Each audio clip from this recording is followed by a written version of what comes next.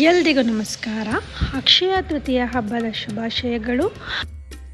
ದೇವರು ನಿಮ್ಮೆಲ್ಲರಿಗೂ ಆಯಸ್ಸು, ಆರೋಗ್ಯ, ಧನ, ಧಾನ್ಯ ಎಲ್ಲ ಕೊಟ್ಟು ಸಮೃದ್ಧಿಯಾಗಿ ಇಟ್ಕೊಳ್ಳಿ ಅಂತ ದೇವರಲ್ಲಿ ನಾನು ಪ್ರಾರ್ಥನೆ ಮಾಡ್ಕೋತಾ ಇದ್ದೀನಿ. ಅಕ್ಷಯ ತೃತೀಯ ಅಂದಿದ ತಕ್ಷಣ ಚಿನ್ನ, ಬೆಳ್ಳಿ ತಂದು ಒಡವೆಗಳನ್ನ ತರೋದು ಅನ್ನೋದು ಮುಖ್ಯ ಅಲ್ಲ. ಅಕ್ಷಯ ಪಾತ್ರೆ ಅಂದರೆ ಯಾವಾಗಲೂ ಸಮೃದ್ಧಿಯಾಗಿರುತ್ತೆ, ಅದು ಖಾಲಿನೇ ಆಗಲ್ಲ, ಅಂಥದ್ದು ಅಕ್ಷಯ ಪಾತ್ರ ಅಂತ ಕರೆಯೋದು. ನಾವು ಮುಖ್ಯವಾಗಿ ಅಕ್ಷಯ ತೃತೀಯದಿಂದ ತರಬೇಕಾಗಿರೋದು ಉಪ್ಪು ಮತ್ತು ಅರಿಶಿನ ಪುಡಿ.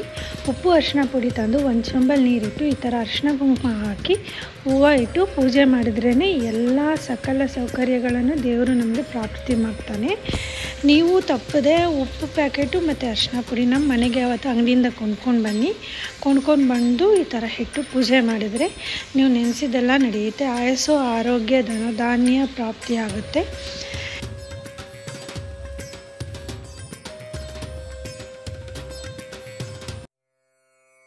ಒಂದು ವಿಷಯ ಏನಪ್ಪ ಅಂದರೆ ಅಕ್ಷಯ ತೃತೀಯದಂದೇ ಉಪ್ಪು ಅರಿಶಿನ ಪುಡಿನ ಕೊಂಡ್ಕೊಂಡು ಬರಬೇಕು, ಮುಂಚಿತವಾಗಿ ತಂದಿಟ್ಕೊಳ್ಳೋದಲ್ಲ. ಆವತ್ತಿನ ದಿನ ತೊಗೊಬಂದರೆ ಮನೆಗೆ ಐಶ್ವರ್ಯ ಬರುತ್ತೆ ಅಂತ ಒಂದು ನಂಬಿಕೆ ಇದೆ.